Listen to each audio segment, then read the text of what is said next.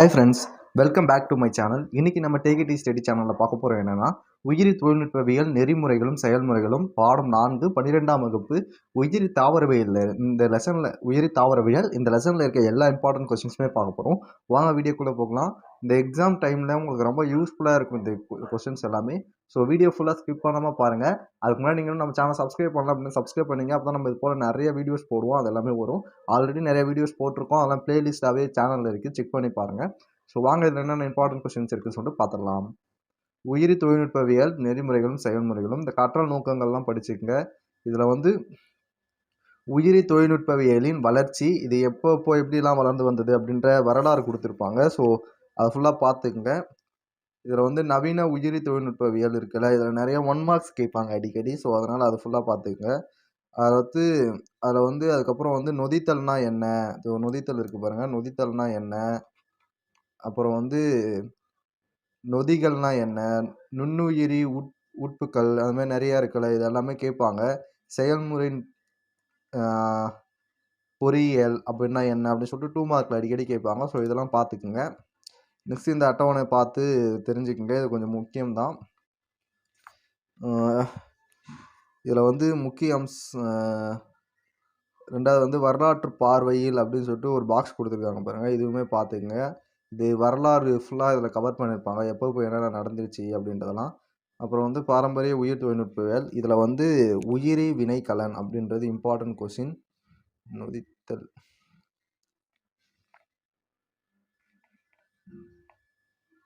Okay, நொதித்தல் இருக்குல்ல, இது வந்து இம்பார்ட்டன்ட் கொஸ்டின். இதில் வந்து மேற்கால் பதப்படுத்துதல், கீழ்கால் பதப்படுத்தம் அப்படின்னு சொல்லிட்டு நிறையா இருக்குது. ஸோ இது வந்து ஒரு இம்பார்ட்டன்ட் 5 மார்க் கொஸ்டின். ஸோ இதை பார்த்துக்குங்க. நொதித்தல் செயல்முறைன்னு சொல்லிட்டு கொஞ்சம் கீழே கொடுத்துருப்பாங்க.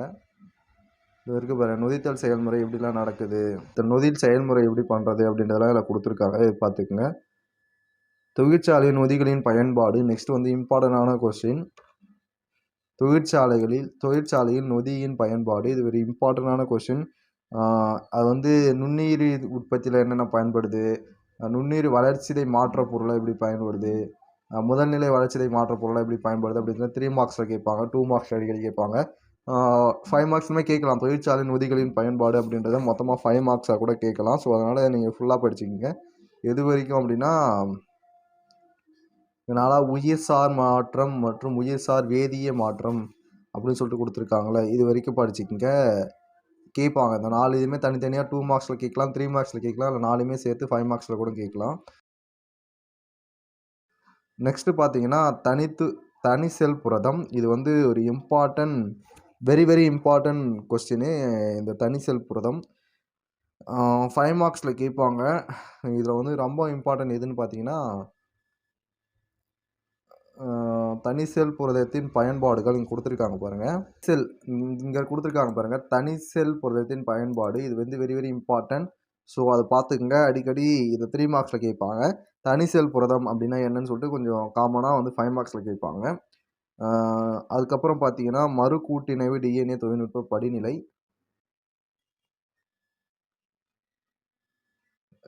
மறு கூட்டிணைவு டிஎன்ஏ தொழில்நுட்பத்தின் படிநிலை, இது வந்து பார்த்தீங்கன்னா ஒரு இம்பார்ட்டன்ட் 5 மார்க் கொஸ்டின். ஸோ இதை பார்த்துக்குங்க. நெக்ஸ்ட்டு கொஸ்டின் பார்த்தீங்க அப்படின்னா, தடைக்கட்டு நொதிகள் அப்படின்னா என்னன்னு சொல்லிட்டு கேட்பாங்க. இந்தாண்டே இருக்குது பாருங்கள், தடைக்கட்டு நொதிகள்னால் என்னன்னு சொல்லிட்டு இதில் கொடுத்துருப்பாங்க. இங்கே கொடுத்துருக்காங்க பாருங்கள், ஒரு நொதி டிஎன்ஏ உடன் மொத்த தொகுதியை சேர்கிறது, மற்றொரு நொதி டிஎன்ஏ துண்டை அப்படின்னு இருக்குல்ல, இதுதான் அந்த தடைக்கட்டு நொதினா என்னன்னு சொல்லிட்டு இதுதான் கேட்பாங்க. ஸோ அது வந்து இம்பார்ட்டன்ட் கொஸ்டின், அதை பார்த்துக்குங்க. தடைக்கட்டு நொதிக்கு வந்து பின்னாடி இந்த பாக்ஸ்லாம் முக்கியம். ஸோ இது கொஞ்சம் இம்பார்ட்டண்டான கொஸ்டின், பார்த்துக்குங்க. நெக்ஸ்ட்டு வந்து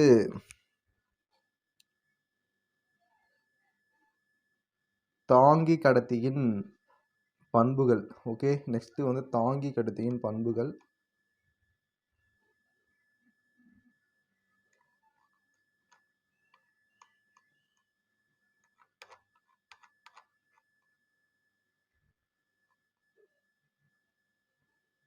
இது வரைக்கும் பாருங்கள், பேஜ் நம்பர் 91 இருக்குது, தாங்கி கடத்தியின் பண்புகள். ஸோ அதுவுமே இம்பார்ட்டன்ட் கொஸ்டின், அதையுமே பார்த்துக்குங்க.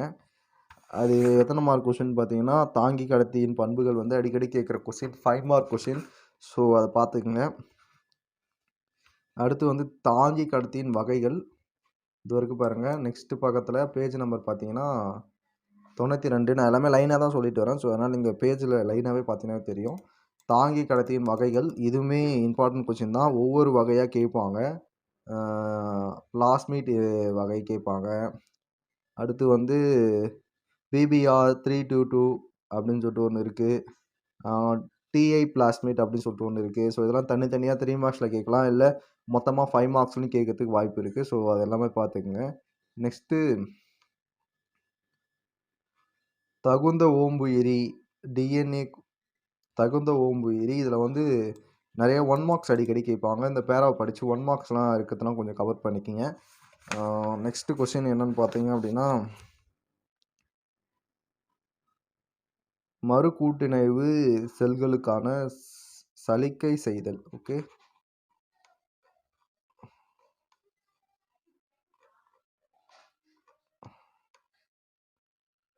பேஜ் நம்பர் பார்த்தீங்கன்னா 97. மறு கூட்டிணைவு செல்லுக்கான சலிக்கை செய்தல். இது வந்து ஒரு இம்பார்ட்டண்டான 2 மார்க் கொஸ்டின். அப்படின்னா என்னன்னு கேட்பாங்க. ஸோ அதை பார்த்துக்குங்க. நெக்ஸ்ட்டு பார்த்தீங்க அப்படின்னா,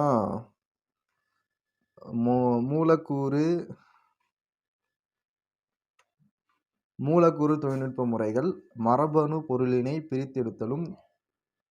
இந்த கொஸ்டின் வந்து ஒரு இம்பார்ட்டன்ட் 5 மார்க் கொஸ்டின். ஸோ இந்த கொஸ்டின் பார்த்துக்குங்க.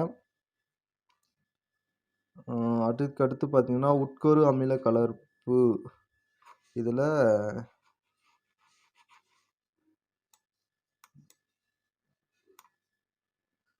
ஒற்றியெடுப்பு தொழில்முறைகளின் வகைகள் இருக்குல்ல, ஒற்றியெடுப்பு முறையில் என்னென்னலாம் இருக்குது அப்படின்னு சொல்லிட்டு கேட்பாங்க. இது ஒரு இம்பார்ட்டன்ட் 3 மார்க் கொஸ்டின் அடிக்கடி வரும்.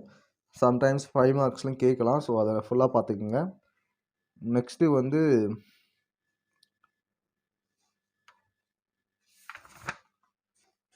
மரபணு தொகையை பேஜ் நம்பர் பார்த்தீங்கன்னா 101 இருக்கு. மரபணு தொகையை தொடர் வரிசையாக்கும் மற்றும் தாவர மரபணு தொகையை செயல் திட்டங்களும் அப்படின்ற இது. ஸோ இது வந்து பார்த்தீங்கன்னா ஒரு 2 மார்க் கொஷின். இதில் ஒரு 2 மார்க் கேட்பாங்க.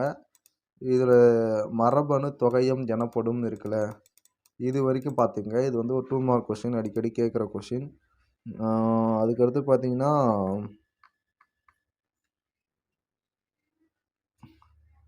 கிளைசேட் களைக்கொல்லி பற்றி ஒரு கேள்வி. களைக்கொல்லி எதிர்ப்பு தன்மை இது வரைக்கும் பாருங்க. களைக்கொல்லி எதிர்ப்பு தன்மை இருக்கு பாருங்க. இதில் வந்து இந்த கிளைசேட் களைக்கொல்லி பற்றி அடிக்கடி கேட்பாங்க. அது வந்து 2 மார்க் கொஷின். ஸோ அதை பார்த்துக்குங்க. இப்போ பாஸ்போர்ட் களைக்கொல்லி எதிர்ப்பு, வாஸ்டா களைக்கொல்லி எதிர்ப்பு. இது வந்து ஒரு இம்பார்ட்டன்ட் கொஷின். இது வந்து பூச்சிகள் எதிர்ப்பு தன்மை இருக்கு பாருங்க. பிடி பயிர்கள். இந்த பிடி பயிர் அடிக்கடி வரும். 3 மார்க்ஸ், 2 மார்க்ஸு, 5 மார்க்ஸ் எல்லாத்துலேயுமே வரும். பிடி பயிர் நிறையா இருக்குது. பிடி பருத்தி இருக்குது, பிடி கத்திரிக்காய் இருக்குது. அப்புறம் வந்து பார்த்திங்கன்னா தரகு கடுகு கலப்பினம் இருக்குது பிடிலேயே. அதுக்கப்புறம் வந்து ஃப்ளவர் சேவர் தக்காளி. ஸோ இதுவுமே இம்பார்ட்டன்ட் கொஷின் தான். இதுவுமே பார்த்துக்கங்க. ஃப்ளவர் சேவர் தக்காளி இதுவுமே கேட்பாங்க. அப்புறம் வெண்ணிற அரிசி. இது வெரி வெரி இம்பார்ட்டன்ட் கொஷினு. வெண்ணிற அரிசி இது வரைக்கும் பாருங்கள். வெண்ணிற அரிசி 105. So very very important 5 mark question. இதில் வந்து மரபணு மாற்றப்பட்ட உணவுகளின் நன்மைகள், ஆபத்துக்களாக நம்பப்படுபவை, இதெல்லாம் இருக்குல்ல, இதெல்லாம் பார்த்துக்குங்க. இம்பார்ட்டன்ட்.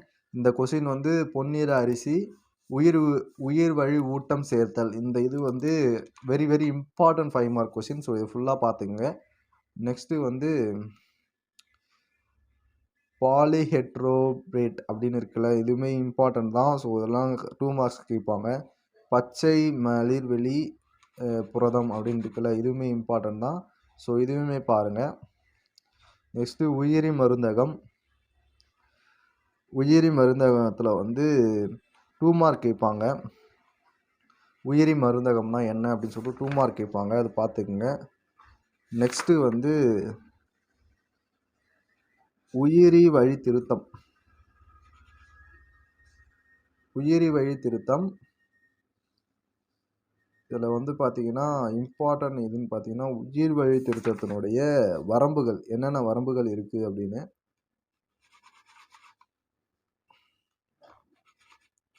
இந்த இடத்துல ஒரு 2 செகண்ட் கட் பண்ணணும்.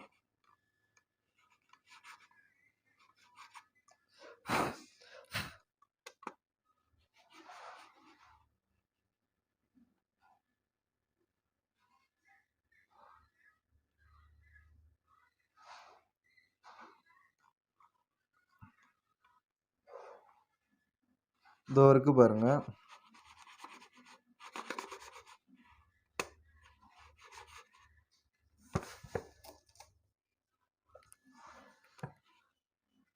இதோ இருக்கு பாருங்க வரம்புகள். இதோ இருக்கு பாருங்க வரம்புகள். இதுதான் வந்து இம்பார்ட்டன்ட். ஸோ அதையுமே பார்த்துக்குங்க. நெக்ஸ்ட் வந்து உயிரி எரிபொருள் பயோஃபியூல். உயிரி எரிபொருள் இதுவுமே இம்பார்ட்டன்ட் கொஸ்டின். 3 மார்க்ஸில் அடிக்கடி கேட்பாங்க இந்த உயிரி எரிபொருள் பற்றி. உயிர் வளம் நாடல், உயிரி பொருள் கொள்கை இது வந்து அடிக்கடி கேட்குற 2 மார்க் கொஸ்டின். ஸோ இது பார்த்துக்குங்க. நெக்ஸ்ட் வந்து உயிர் தொழில்நுட்பத்தின் பயன்பாடுகள். உயிரி தொழில்நுட்பத்தின் பயன்பாடுகள் என்னென்ன இருக்குது அப்படின்னு சொல்லிட்டு பாருங்கள். இம்பார்ட்டண்டான 5 மார்க் கொஸ்டின் அது. ஸோ நிறையா கொடுத்துருப்பாங்க. ஃபுல்லாக பாருங்கள். இதோட இது லாஸ்ட் கொஸ்டின். இதில் முடியுது. நெக்ஸ்ட்டு பாட சுருக்கம் வந்துடுச்சு. இந்த பாட சுருக்கம் ஃபுல்லாக படித்து பாருங்கள். உங்களுக்கு இந்த பாடம் ஃபுல்லாக என்ன சொல்லியிருந்தாங்கன்றதை சுருக்கமாக கொடுத்துருப்பாங்க. உங்களுக்கு இது ரொம்ப யூஸ்ஃபுல்லாக இருக்கும். நெக்ஸ்ட்டு வந்து இந்த கொஸ்டின்ஸ்லாம் உங்கள் ஆன்சர் தெரியும்னு நினைக்கிறேன். தெரியல அப்படின்னா கமெண்ட் செக்ஷனில் சொல்லுங்கள். கண்டிப்பாக நம்ம நெக்ஸ்ட் வீடியோஸ் போட்டுடலாம். அவ்வளோதான் ஃப்ரெண்ட்ஸ் இந்த வீடியோ. வேறு என்ன டவுட்ஸ் இருந்துச்சுன்னா கமெண்ட் செக்ஷனில் கேளுங்க. கண்டிப்பாக நான் ரிப்ளை பண்ணுறேன். உங்களுக்கு வேறு என்ன மாதிரியான வீடியோஸ் வேணும் அப்படின்றதான் கூட நீங்கள் கமெண்ட்ஸில் சொல்லலாம். அந்த வீடியோ உங்களுக்கு பிடிச்சிருக்கும்னு நம்புகிறேன். பிடிச்சிருந்துச்சுன்னா இந்த வீடியோக்கு ஒரு லைக் கொடுத்துங்க. அப்போ தான் நான் நெக்ஸ்ட் வீடியோஸ் பண்ணுறதுக்கு எனக்கு இது ஒரு மோட்டிவேஷனாக இருக்கும். நெக்ஸ்ட்டு வந்து நீங்கள் இன்னும் நம்ம சேனலை சப்ஸ்கிரைப் பண்ணிங்க. கூட ஒரு பெல் ஐக்கானை கிளிக் பண்ணி ஆல் செலக்ட் பண்ணி வச்சுங்க. அப்போ தான் இது போல் போகிற ஒவ்வொரு வீடியோ உங்களுக்கு இன்ஸ்டன்ட் நோட்டிஃபிகேஷனாக வரும். ஓகே ஃப்ரெண்ட்ஸ், அதோட நினைச்சு பார்க்கலாம். உங்களுக்கு வேறு என்ன டவுட்ஸ் இருந்துச்சுன்னா கண்டிப்பாக கமெண்ட்ஸில் கேளுங்க. கண்டிப்பாக நான் ரிப்ளை பண்ணுறேன். Tata bye bye. Hi friends, welcome back to my channel. இன்றைக்கி நம்ம டேக் ஸ்டடி சேனலில் பார்க்க போகிற வீடியோ என்னென்னா 12ஆம் வகுப்பு உயிரி தாவரவியலில் இருக்க பாடம் 8 சுற்றுச்சூழல் பிரச்சனைகள். சுற்றுச்சூழலில் என்னென்ன பிரச்சனைகள்லாம் இருக்குது அப்படின்றதெல்லாம் இந்த பாடத்தில் கொடுத்துருப்பாங்க. இதில் இருக்க எல்லா இம்பார்ட்டன்ஸ் கொஸ்டின்ஸுமே இந்த வீடியோவில் நம்ம பார்க்க போகிறோம். வாங்க வீடியோக்குள்ளே போகலாம். இந்த எக்ஸாம் டைமில் உங்களுக்கு ரொம்ப யூஸ்ஃபுல்லாக இருக்கும் இந்த வீடியோ.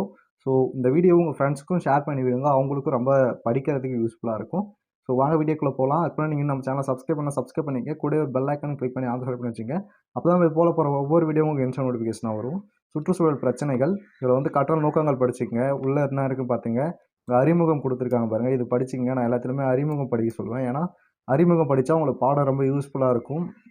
அடுத்து செயல்பாடுன்னு சொல்லி ஒன்று கொடுத்துருக்காங்க பாருங்கள். இது வந்து செயல்பாடு செஞ்சு பாருங்கள், உங்களுக்கு ரொம்ப யூஸ்ஃபுல்லாக இருக்கும். நெக்ஸ்ட்டு வந்து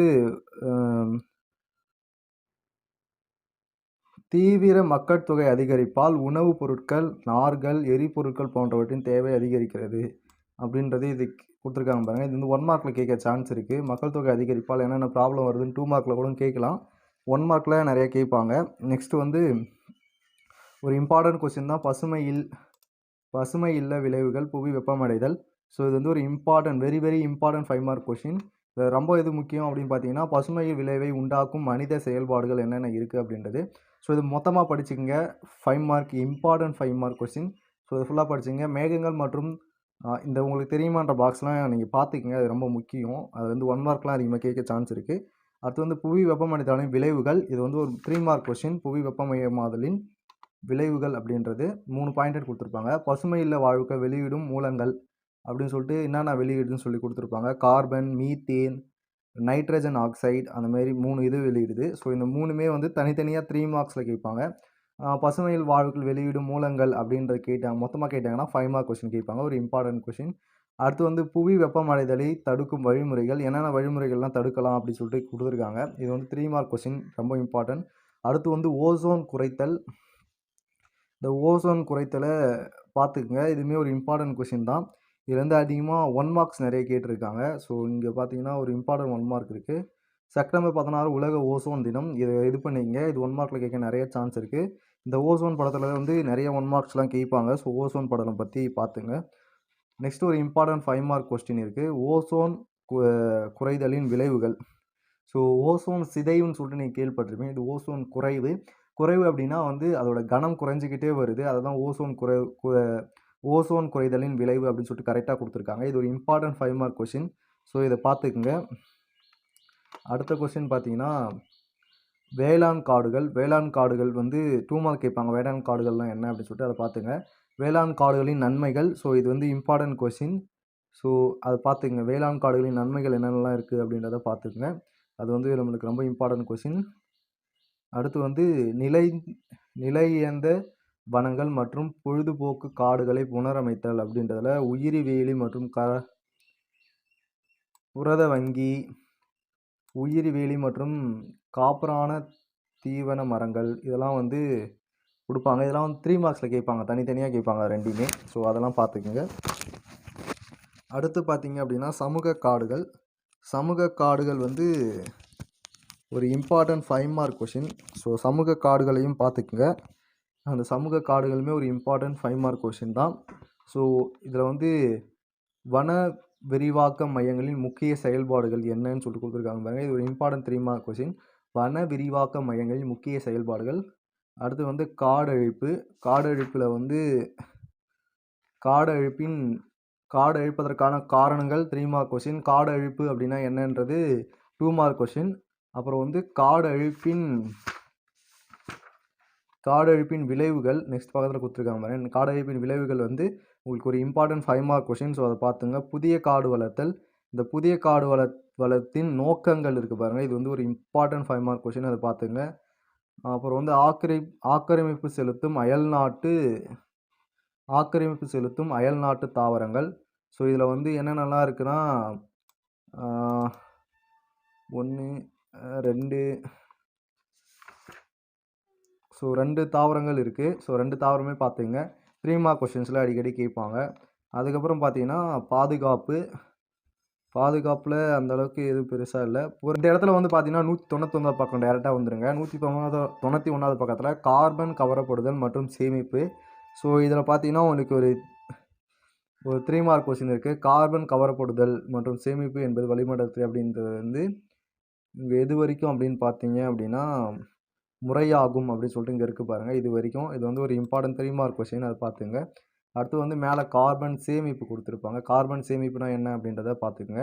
அடுத்து வந்து கார்பன் வழித்தடம் அதுவுமே பார்த்துங்க. இதெல்லாம் 2 மார்க்ஸில் 3 மார்க்ஸில் கேட்பாங்க. அதுக்கப்புறம் பார்த்தீங்கன்னா ஒரு இம்பார்ட்டன்ட் 5 மார்க் கொஸ்டின் இருக்குது. அது என்ன அப்படின்னா வழித்தடத்தை குறைக்கும் கீழ்கான முறைகளை பின்பற்றலாம். உள்நாட்டில் விளையும் கனிகள் மற்றும் உற்பத்தியாகும் பொருட்களை உண்ணுதல். என்னென்னலாம் பண்ணி வழித்தடத்தினை குறைக்கலாம் அப்படின்னு சொல்லிட்டு கொடுத்துருப்பாங்க. ஒரு இம்பார்ட்டன்ட் 5 மார்க் கொஷின். அதுக்கப்புறம் வந்து மழைநீர் சேகரிப்பு. இது ரொம்ப important very important 5 mark question தான் அந்த மழைநீர் சேகரிப்பு. மழைநீர் சேகரிப்பின் சுற்றுச்சூழல் பயன்கள் என்னென்ன இருக்குது அப்படின்றது ஒரு இம்பார்ட்டன்ட் 5 மார்க்கு. ஏரிகளின் முக்கியத்துவமும் ஒரு இம்பார்ட்டன்ட் கொஷின் தான். அதுவுமே பார்த்துக்குங்க. அடுத்து வந்து சுற்றுச்சூழலை தக்க மதிப்பீடு. அதில் வந்து சமூகத்திற்கு சுற்றுச்சூழல் தக்க மதிப்பீட்டினால் ஏற்படும் நன்மைகள் இருக்குது பாருங்கள். இது ஒரு இம்பார்ட்டன்ட் 3 மார்க் கொஷின். இது பார்த்துக்குங்க. அதுக்கப்புறம் பார்த்தீங்க அப்படின்னா உயிரின பன்ம தாக்க மதிப்பீட்டு பயன்கள். இந்த பயன்கள் வந்து உங்களுக்கு இம்பார்ட்டன்ட் கொஷின். இது பார்த்துங்க. நெக்ஸ்ட் வந்து புவியியல் சார் தகவல் அமைப்பு. புவியியல் சார் தகவல் அமைப்பில் வந்து இந்த புவியியல் சார் தகவல் அமைப்பின் முக்கியத்துவம் இருக்குதாங்க. இது ஒரு இம்பார்ட்டன்ட் கொஷின். அதுக்கப்புறம் பார்த்தீங்கன்னா லாஸ்ட்டாக ஒரே ஒரு சின்ன இது இருக்குது. சிறப்பு பயன்கள் அப்படி சொல்லிட்டு கொடுத்துருக்காங்க. இதுவுமே ஒரு இம்பார்ட்டன்ட் 3 மார்க் கொஷின். இது எல்லாமே பார்த்துங்க. அவ்வளோதான். பாட சுருக்கம் வந்துடுச்சு. பாடம் சுருக்கில் இந்த பாடம் ஃபுல்லாக நம்ம என்ன படித்தோம் அப்படின்றத கொடுத்துருப்பாங்க. ஸோ இது எல்லாமே பாருங்கள். நெக்ஸ்ட் வந்து மதிப்பீடு. இந்த புக் பேக் கொஷின்ஸ்லாம் உங்களுக்கு ஆன்சர் தெரியும்னு நினைக்கிறேன். தெரியல அப்படின்னா கமெண்ட் செக்ஷன் சொல்லுங்கள். கண்டிப்பாக நான் உங்களுக்கு நெக்ஸ்ட் வீடியோஸில் அதை கிளியர் பண்ணுறேன். அவ்வளோதான் ஃப்ரெண்ட்ஸ் இந்த வீடியோ. வேறு எதனா டவுட்ஸ் இருந்துச்சு அப்படின்னா கமெண்ட் செக்ஷனில் கேளுங்க. நான் உங்களுக்கு ரிப்ளை பண்ணுறேன். அவ்வளோதான் ஃப்ரெண்ட்ஸ். இன்னும் நம்ம சேனல் சப்ஸ்கிரைப் பண்ணிங்க. கூட ஒரு பெல் ஐக்கானை கிளிக் பண்ணி ஆன் செலக்ட் பண்ணி வச்சுங்க. அப்போ தான் இது போல் போகிற ஒவ்வொரு வீடியோ உங்களுக்கு இன்ஸ்டன்ட் நோட்டிஃபிகேஷனாக வரும். உங்கள் ஃப்ரெண்ட்ஸ்க்கு இந்த வீடியோ ஷேர் பண்ணி அவங்களுக்கும் படிக்க ஹெல்ப் பண்ணுங்கள்.